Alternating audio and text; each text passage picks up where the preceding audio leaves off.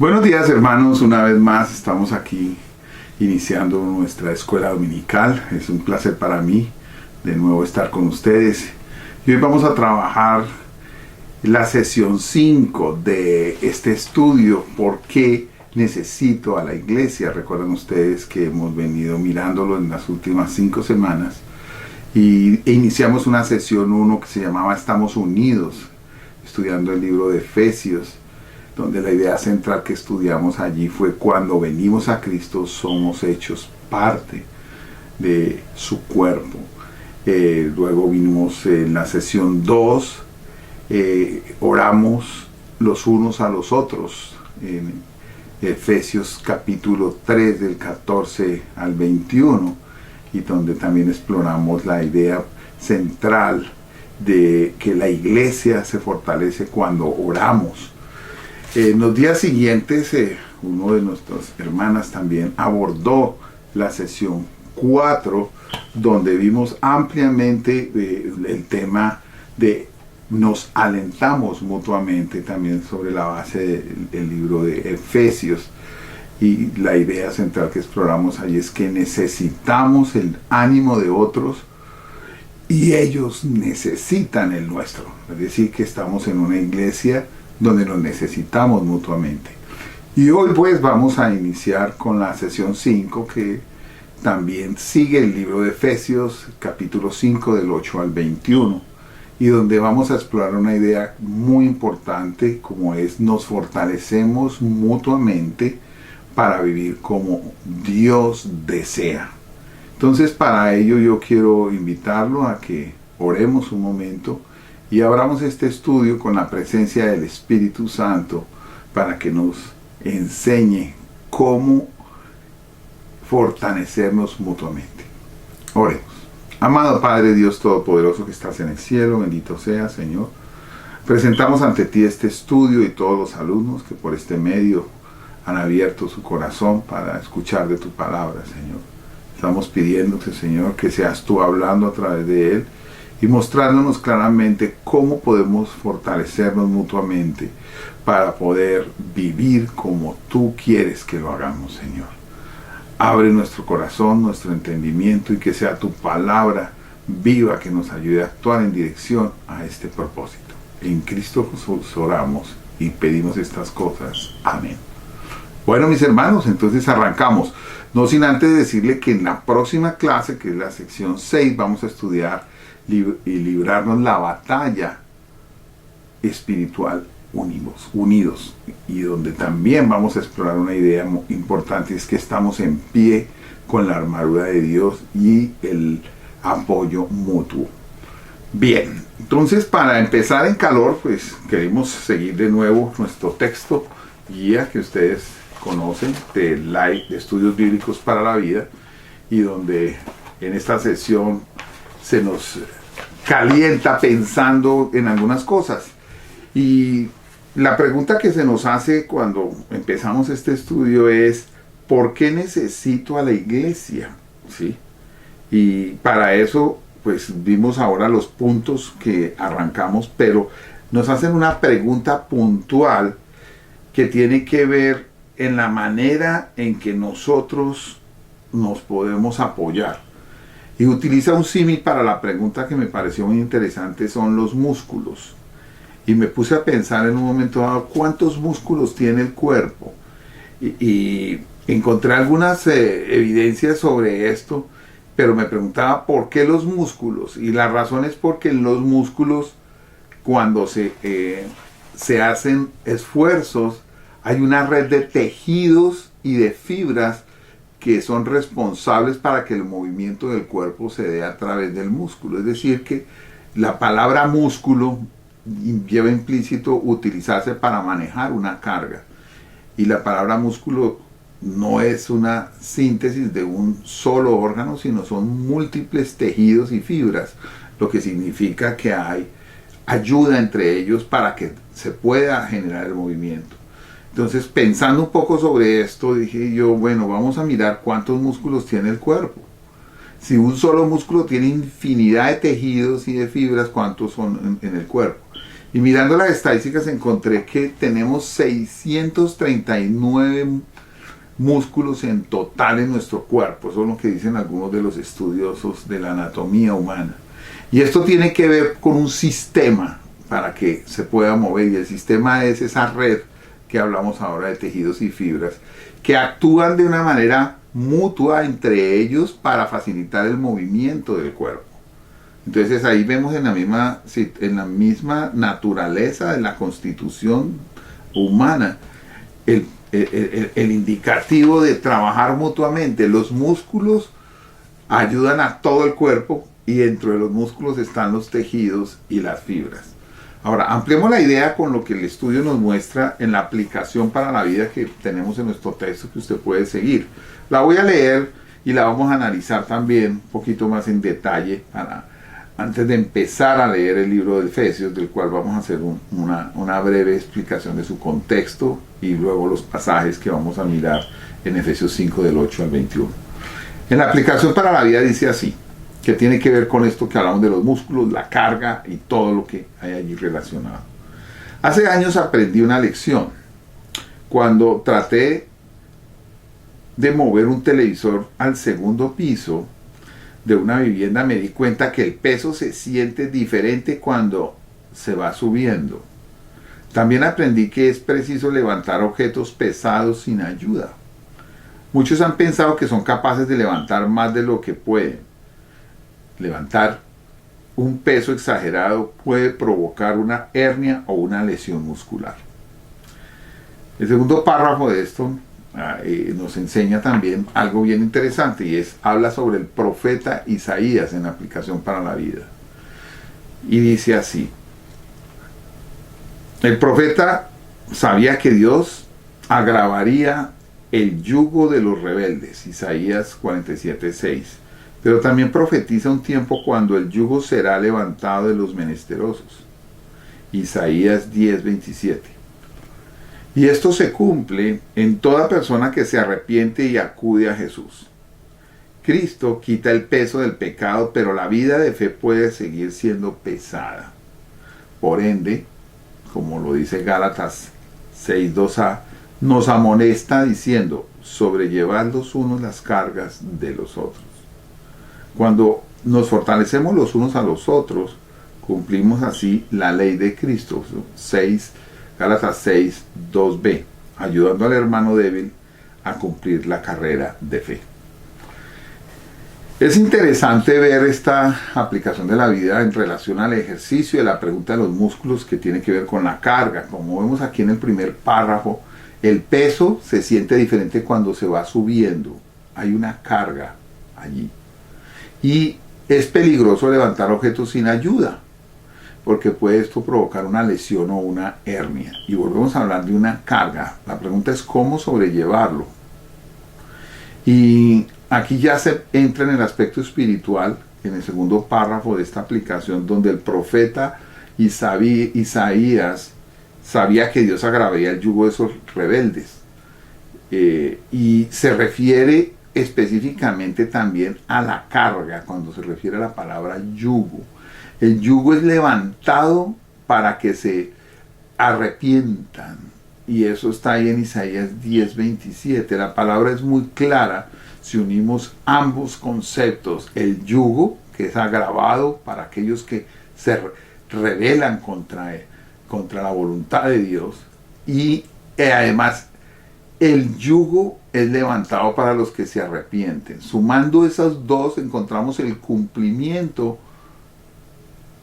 cuando se arrepiente una persona y acude a Cristo. Qué interesante verlo desde esa perspectiva, porque allí es donde entramos a ver el manejo de la carga. En Cristo hay manejo de la carga, en Cristo encontramos la solución. Y por eso me pareció interesante abrir el espacio para analizar esta aplicación de la vida, de cómo sobrellevar la carga, y que no se puede solo. Aun cuando Cristo quita el pecado, eliminando la carga espiritual, queda una, y queda la carga de la vida. Y en esa carga de la vida se puede sentir el peso de los problemas, las dificultades, y hoy más que nunca la podemos ver en todas las situaciones que hoy estamos viviendo.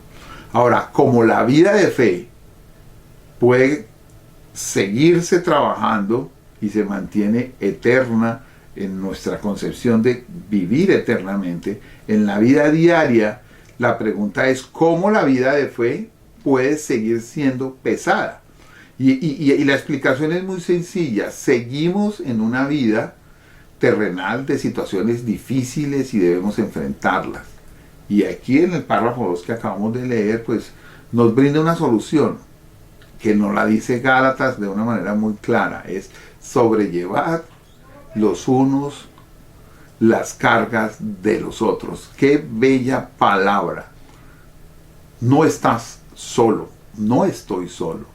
Tenemos a nuestros hermanos en la fe. Por eso es interesante ver esta lección a la luz de todo el ciclo de por qué necesitamos la iglesia, como nos lo plantea las 5 visiones que hemos hecho en las sesiones del 1 al 4 y hoy en el 5 y en la siguiente estaremos explorando de por qué necesito la iglesia. Y tiene que ver con llevar los unos a los otros las cargas. Bueno, vamos a mirar entonces el contexto del libro para profundizar sobre lo que la palabra de Dios habla de manera más contundente. Y quiero recordar qué es lo que hace Pablo en el libro de Efesios. Y Pablo aquí lo que está haciendo es señalando la diferencia que tienen las personas cuando entran en Cristo, cuando entregan todo. Y en el contexto de Efesios, del libro de Efesios, podemos ver esto. Él empieza el libro mostrando la diferencia entre el antes y ese después de lo que es tener una nueva vida. Antes de conocer a Cristo, ¿cómo éramos? Pues andábamos en tinieblas. Y después de Cristo, pues vemos la luz. Antes de Cristo, bajo el dominio del espíritu del príncipe de la potestad del aire, como se refiere el texto que vamos a estudiar, vivíamos. Ahora estamos ¿qué? Llenos del Espíritu de Dios. Antes de Cristo participábamos en las obras infructuosas, como se habla allí. Y después de Cristo, la manifestación de la persona es el fruto del Espíritu que se revela en justicia y verdad, como lo vamos a estudiar ahora. También tenemos el hecho de que bajo el libro de Efesios, Pablo nos insiste en que antes practicábamos cosas vergonzosas. Después de Cristo, el llamado es aprovechar el tiempo para vivir en santidad, y esa parte hace sentido cuando vemos nuestra condición que teníamos antes y la que hoy tenemos, y de la cual vamos a explorar sobre lo que significa aprovechar el tiempo en este estudio. Antes de Cristo, pues, se ignoraba los propósitos de Dios, y ahora en Cristo se debe entender y somos llamados a seguir la voluntad de Dios, y se debe dedicar el individuo, el creyente, a vivir en alabanza, sometiéndose al temor de Dios. Y sobre este contexto es que vamos a empezar a contribuir en el estudio. Y para ello, pues, quiero hacer énfasis en una pregunta que subyace a esto que acabamos de hablar. Si somos transformados y la fe en Cristo produce esa transformación, lo hace, como bien sabemos, por la gracia de nuestro Padre Celestial. Él tuvo gracia contigo y conmigo. Y allí es donde tiene sentido. Y surge una pregunta alrededor de esto, que quisiera como ponerle un acróstico relacionado a la gracia. Y la pregunta que surge es: ¿en qué usted y yo nos hemos beneficiado con la gracia de Dios? Imagine la palabra gracia, cada una de sus primeras letras, e inicia con G. ¿Cómo te ha beneficiado? Si pensaras en algo con la G, ¿qué se te ocurriría pensar en cuál es ese beneficio? Yo trato de pensarlo y se me ocurre que sería como G, ganando. ¿Ganando qué? La vida eterna. Tal vez la R, para hablar de gracia, sería renovando mi mente. Eso he ganado desde que me he hecho cristiano. Y tú has ganado igual. La forma de ver la vida la ganamos de una manera distinta ahora. Y es renovando. La A, para completar la primera sílaba, gracia. Y la A sería actuando tal vez bajo la dirección del Espíritu Santo. Y yo creo que eso se da en nuestra vida ya que tenemos hoy nueva. La C sería tal vez creciendo cada día más en fe. Y eso lo venimos ganando. Es un atributo que hoy tenemos de bendición. Y la I, como la I también nos ha beneficiado aquí interactuando tal vez con el prójimo, y como nos dice la palabra, como Cristo lo haría en amor. Y ahí está la última palabra, amor, la A, y esa es amando a los demás como a mí mismo. Entonces yo creo que con esta introducción podemos empezar a mirar el contenido de la primera parte de este estudio que inicia en Efesios. Entonces, hermano, yo lo invito a que abra la palabra de Dios en Efesios. Y vamos acá a mirar el libro de Efesios, en el capítulo 5, versículos del 8 al 14 inicialmente. Vamos a estudiar hasta el 21. Y en la primera parte voy a leer la que tiene que ver con del 8 al 14. Y la palabra de Dios dice así. Porque en otro tiempo eras tinieblas, mas ahora sois luz en el Señor. Andad como hijos de luz, porque el fruto del Espíritu es en toda bondad, justicia y verdad, comprobando lo que es agradable al Señor. Y no participéis en las obras infructuosas de las tinieblas, sino más bien reprendedlas. Porque vergonzoso es un hablar de lo que ellos hacen en secreto, mas todas las cosas, cuando son puestas en evidencia por la luz, son hechas manifiestas, porque la luz es lo que manifiesta todo. Por lo cual dice, despiértate, tú que duermes, y levántate de los muertos, y te alumbrará Cristo. Efesios 5, del 8 al 14. Hemos leído. Y vamos a analizar un poquito más a profundidad esto, sobre la base de lo que el libro mismo también nos enseña y nos está mostrando. Y quiero resaltar algunos puntos que la lección nos llama. Y me preguntaba cuál sería el propósito de mirar esta primera parte bajo la idea central que estamos siguiendo, que el mismo texto, la lección nos llama a fortalecernos mutuamente para vivir como Dios desea. Y creo que el propósito de estos primeros párrafos del 8 al 14 de Efesios 5 buscan maneras de que podamos fortalecer a otros creyentes que están débiles en la fe.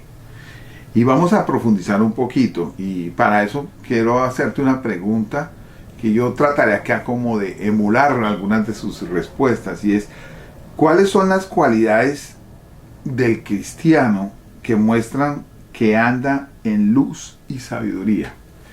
Y yo me preguntaba cuáles podían ser esas características, y creo que vale la pena resaltar algunas de las que tal vez usted y yo intuimos que debe tener un cristiano que dice andar en Cristo.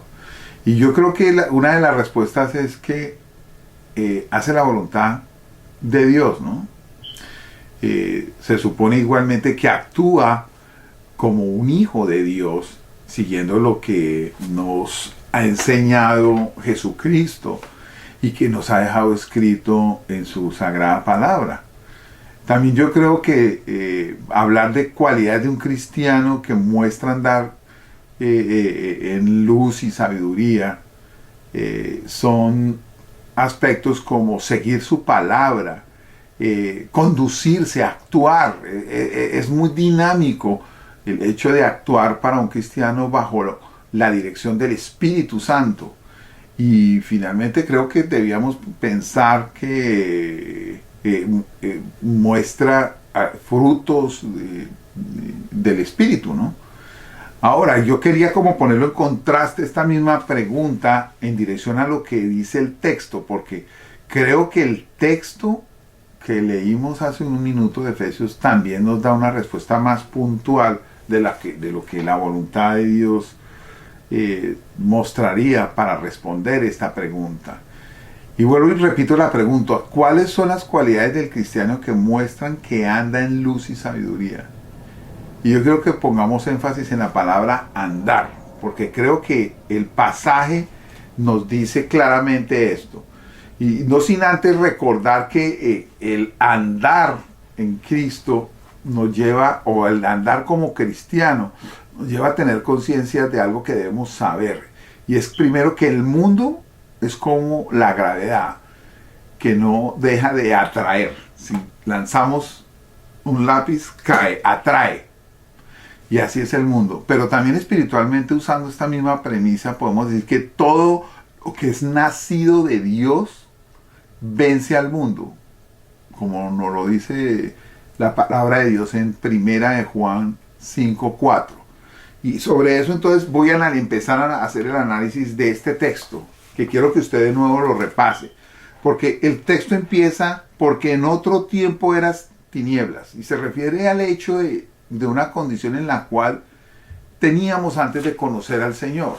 Y en esa condición se emprende el desafío de Pablo a través de esta lección, porque dice: mas ahora sois luz en el Señor, andad como hijos de luz. Y observe la pregunta que hacíamos sobre las características de un cristiano: es andar en luz. Entonces aquí yo creo que ya nos podemos acercar a una respuesta bíblica a la misma pregunta, porque el fruto del Espíritu es toda bondad, justicia y verdad, dice el versículo 9, comprobando lo que es agradable al Señor. Y yo creo que aquí hay que destacar que tenemos que andar como hijos de luz, mostrando siempre el fruto. Y aquí define lo que es el fruto: bondad, justicia y verdad, que es lo que está allí. Y que usted también puede ver en Efesios 5:18. Y es cuando el mismo Pablo nos anima a nosotros diciendo: sed llenos del Espíritu. Y es porque quiere ver el fruto que muestra nuestra vida, que también se corrobora en Efesios 5:22. Y esto se logra al vivir una vida agradable al Señor. Entonces, yo creo que allí ya tenemos un primer punto. Andar en luz involucra tener frutos, y se concluye que el Hijo de Dios muestra esto en su caminar. Y lo comprueba ¿cómo? El mismo texto nos lo dice: comprobando lo que es agradable al Señor. ¿Y qué significa esto? Esto sugiere que la persona aprenda a actuar correcta y dentro de las circunstancias que está confrontando. Tú y yo hoy tenemos problemas y hay situaciones difíciles. ¿Cómo actuamos? ¿En dirección de lo que Dios dice? ¿Lo que su palabra nos muestra? ¿En dirección de lo que el Espíritu te muestra y nos enseña? ¿El Espíritu de Dios o el Espíritu humano? Y allí es donde vemos claro que el creyente quizá no conoce todo de antemano, pero el Espíritu Santo sí lo conoce. Y si se deja guiar, podemos lograrlo. Tú puedes lograrlo desde allí en tu situación. Desconozco cuál sea. En la enfermedad, en un conflicto familiar, en una situación de dificultad económica, en estos momentos en que vivimos en pandemia. ¿Cómo estamos haciéndolo? ¿Bajo la dirección de hombres o bajo la dirección de el Espíritu? Y aquí está el reto. El Espíritu Santo nos ayuda a dar los pasos que agradan a Dios. Y por eso es que es tan importante que entre nosotros nos fortalezcamos para vivir como Dios desea que lo hagamos. Ahora bien, vamos a avanzar entonces a la otra parte que dice allí de los versículos 11 y 13, que también se refieren a andar. ¿Y andar cómo? Como hijos de la luz, reprendiendo las obras de las tinieblas. Y esto es interesante porque el que anda en luz no participa en las obras infructuosas de las tinieblas, porque no son parte del fruto del Espíritu. Al contrario, ¿qué hace? Como dice la palabra y nos ordena, las reprende. Y reprende se traduce aquí como disciplinar, deberíamos entenderlo, como reprobar. Y aquí significa tal vez más exponer y traer a la luz. Y el punto es que la práctica de la conducta santa que podemos tener e intentar hacer expone las prácticas infructuosas por las que son pecado. No podemos escondernos cuando somos hijos de Dios ante las situaciones pecaminosas. Por eso el Espíritu expone, reprende. No obstante, este versículo no da licencia, no podíamos entenderlo, para exponer en público las prácticas de otros hermanos. En público, ¿no? A lo menos no como si uno fuera un juez. Y hay un texto que valdría la pena profundizar, no lo vamos a mirar, que ahí está en Mateo 18, del 15 al 22, donde se amplía esto, donde nosotros tenemos allí el método de cómo manejar una situación pecaminosa aún entre hermanos de la iglesia. Ahora bien, el cristiano sabe que vergonzoso es un hablar de lo que ellos hacen en secreto, como lo dice aquí el versículo 12 en la palabra. ¿Y a qué se refiere esto? Pablo aquí considera las obras de las tinieblas tan groseras que el creyente no debería perder el tiempo hablando de esas cosas. Y aquí el tiempo es mejor invertido en hablar de las cosas de virtud y fe, como nos lo explica también el libro de Filipenses 4:8, que lo tengo acá a la mano y que vale la pena recordarlo en el texto específico que tenemos. Déjeme mostrarle lo que dice literalmente este texto.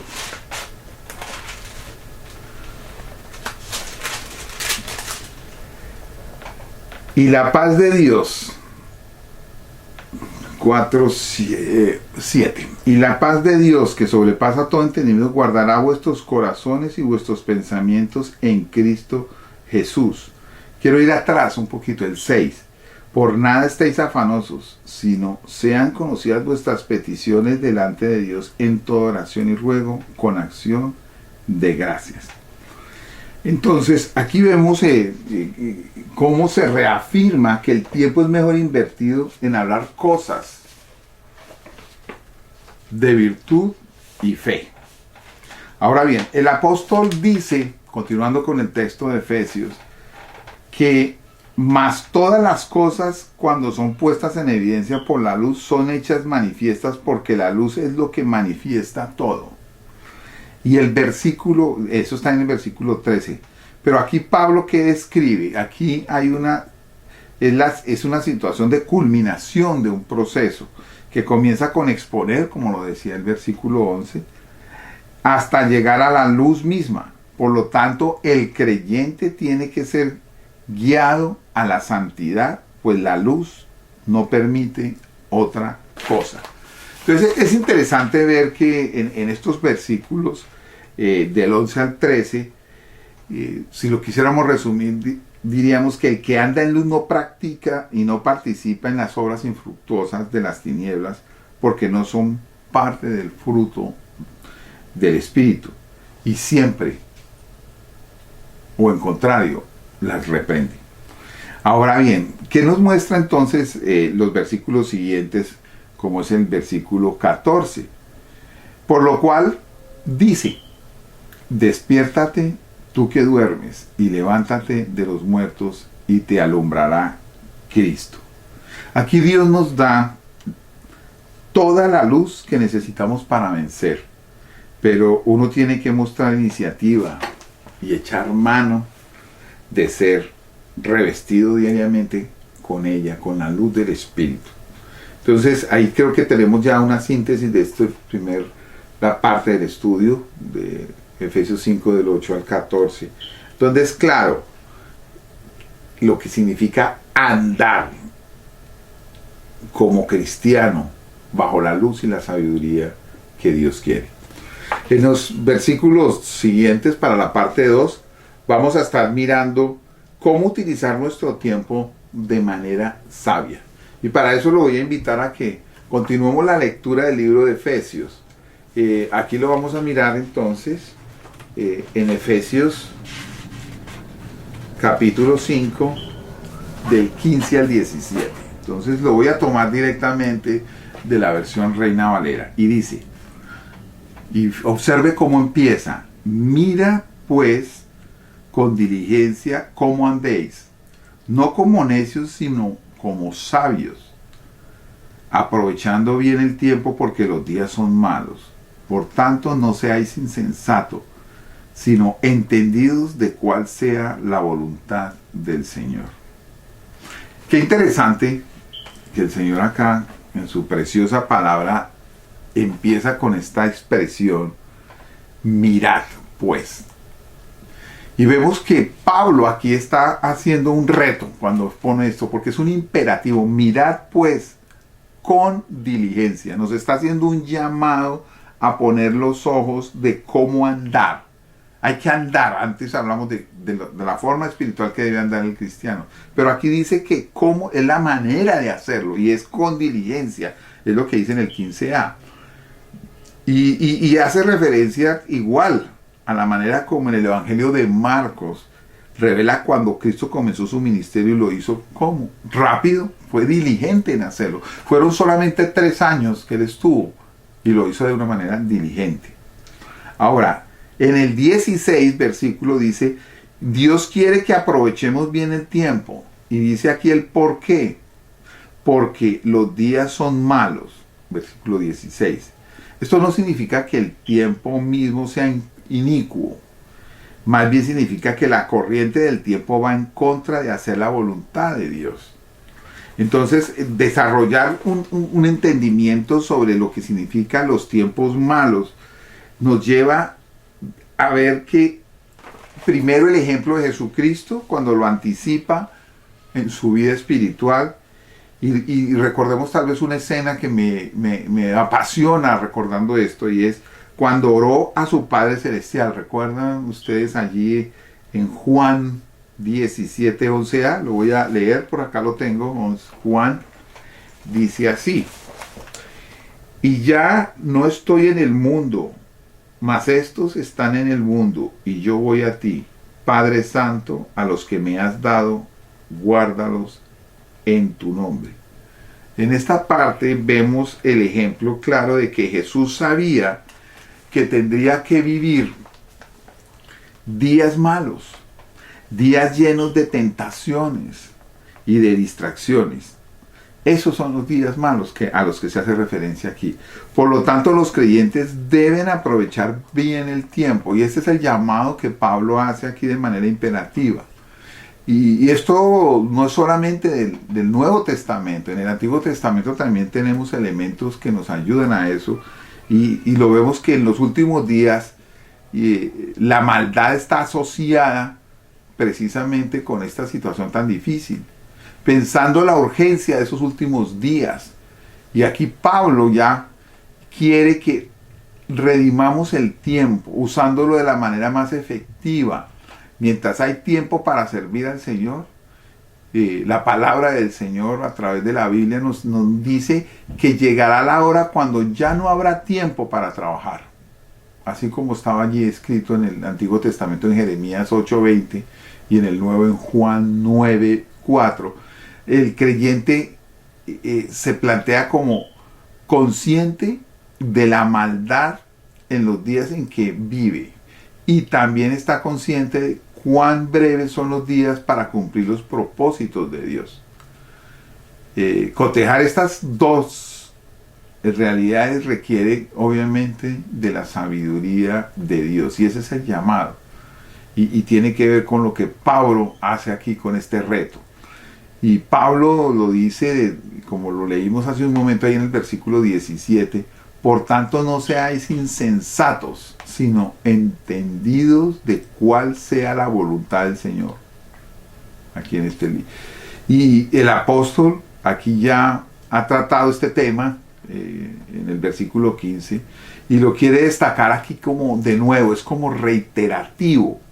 Por lo tanto, esta es una reafirmación fuerte de que la sabiduría se mantiene al cumplir la voluntad del Señor. Y en todo esto es importante notar que Dios a menudo es caracterizado como Señor, como lo planteamos aquí, sino entendido del cual sea la voluntad del Señor, dice Efesios 5:17. Y esto es importante porque en la carta de Efesios esta definición es con un propósito que ya ve, que también usted lo puede corroborar en otros libros del Nuevo Testamento como Filipenses 2 del 9 al 11 o Primera de Corintios 15 25 a 28, donde dice Señor, con el fin de que de glorificar al Padre Celestial. Ese es el propósito que hay detrás de esto. El asunto es que el señorío de Jesús aquí es verdadero, dice el que tenemos que nosotros reconocer diariamente. Pero no es el único, no es único ni absoluto. Pero Pablo aquí quiere exaltar la asombrosa gloria de Dios eterno cuando Jesús, Rey de Reyes y Señor de Señores, rinde gloria infinita a Dios. Y por eso es que es muy importante verlo como una manera de fortalecernos y de entenderlo mutuamente. Ahora, en los versículos siguientes vamos a ver cómo es que podemos hacerlo tú y yo a través de la iglesia, con nuestros hermanos. Y es cómo nos va a mostrar fortalecernos al ser llenos del Espíritu y andar en sumisión en Dios. Leámoslo. Y para eso vuelvo y retomo entonces finalmente en la parte 3 de este estudio, Efesios capítulo 5 del 18 al 21. Y acá lo tenemos como dice la palabra de Dios en una versión de Reina Nueva Valera. No os embriaguéis con vino, dice aquí, en lo cual hay disolución, antes bien sed que llenos del Espíritu, hablando entre vosotros con salmos, con himnos y cánticos espirituales, cantando y alabando al Señor en vuestros corazones, dando siempre ¿qué? Gracias por todo al Dios y Padre en el nombre de nuestro Señor Jesucristo. Y termina en el 21 con lo más importante que redondea nuestra lección: someteos unos a otros en el temor de Dios. Analicémoslo un poquito más en detalle. Y para poderlo analizar, yo quiero que nos preguntemos a la luz de esto: ¿puede el cristiano mostrar las cualidades de la madurez espiritual si no está lleno del Espíritu Santo?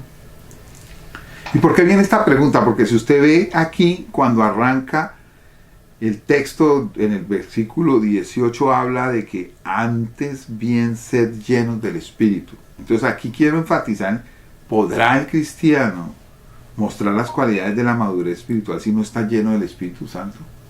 Y ponga atención a la palabra lleno. Lleno significa que es el Espíritu Santo en movimiento, inundando tu vida, tu corazón, pleno. No debemos confundir de que en el momento de la conversión recibimos el Espíritu Santo y tú puedes tener el Espíritu Santo, pero quieto. Pero en el día a día, el llamado con esta pregunta es: ¿estará lleno?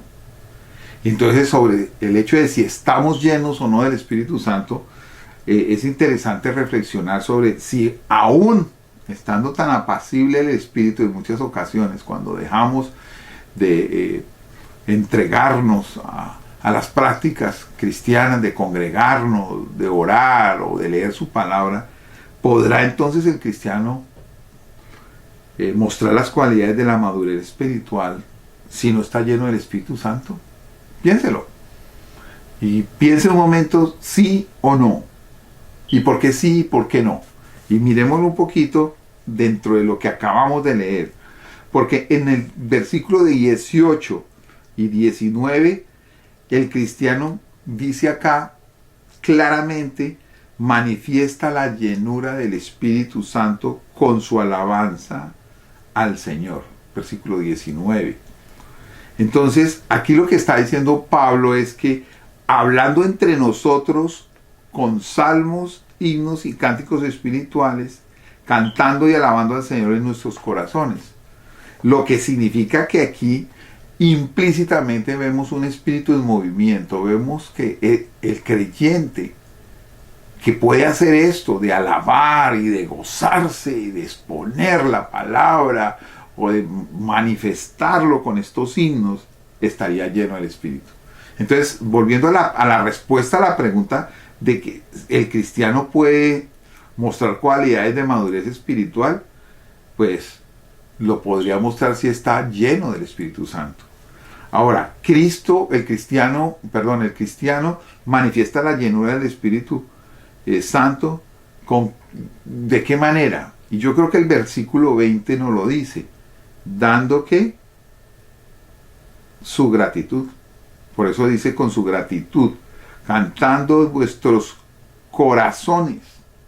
El Espíritu gime y grita la gratitud cuando lo hace de corazón. Por eso el cristiano que manifiesta esta verdad es agradecido a Dios por toda su vida.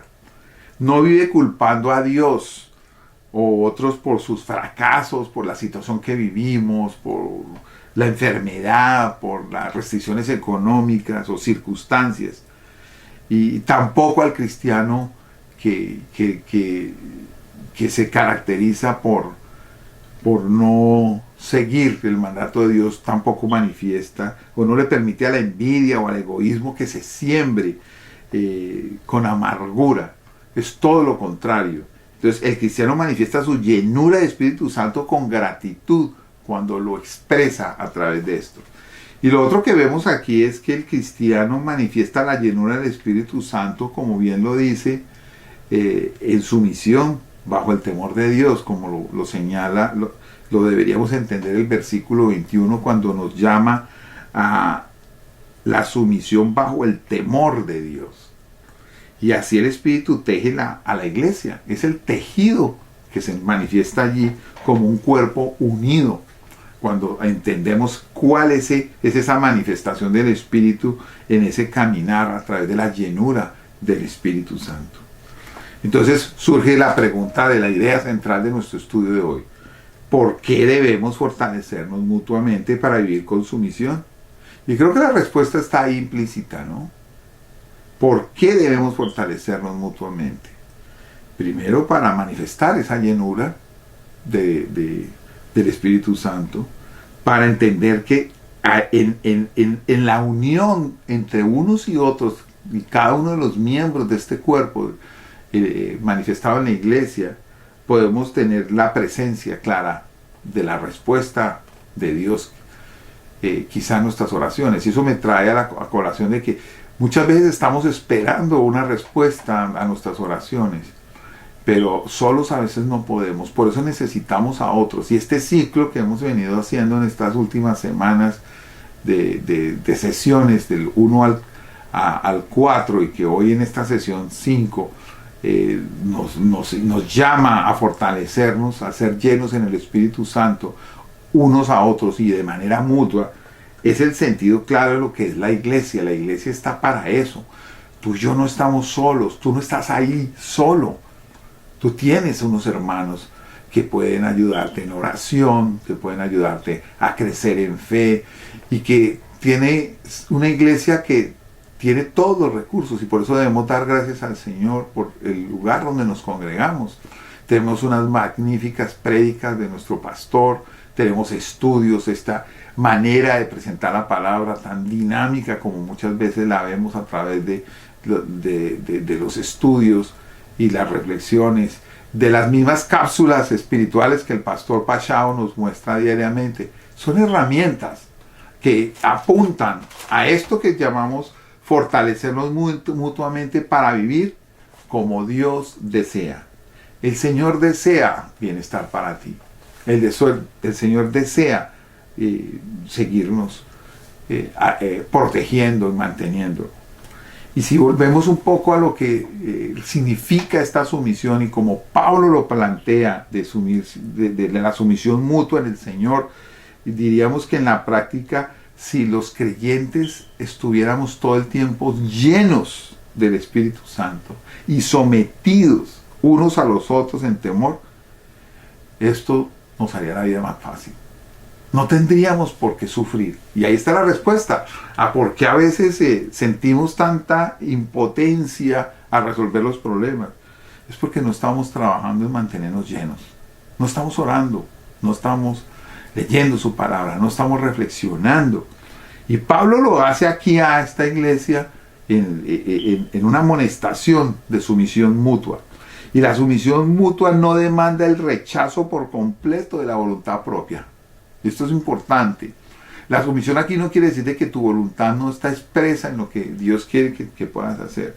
Pero esto requiere quizá que estés listo o que yo esté listo para renunciar a la voluntad propia en ciertos casos específicos por amor quizá a otra persona, a un hermano que está en situación difícil y que necesitamos ayudarle. Entonces yo creo que con esto podemos dar por claro el estudio en estas 3 sesiones. Y yo quiero invitarte para poner esto en práctica. ¿Cómo poner estos principios que hemos estudiado hoy en práctica? Y yo creo que es importante observar.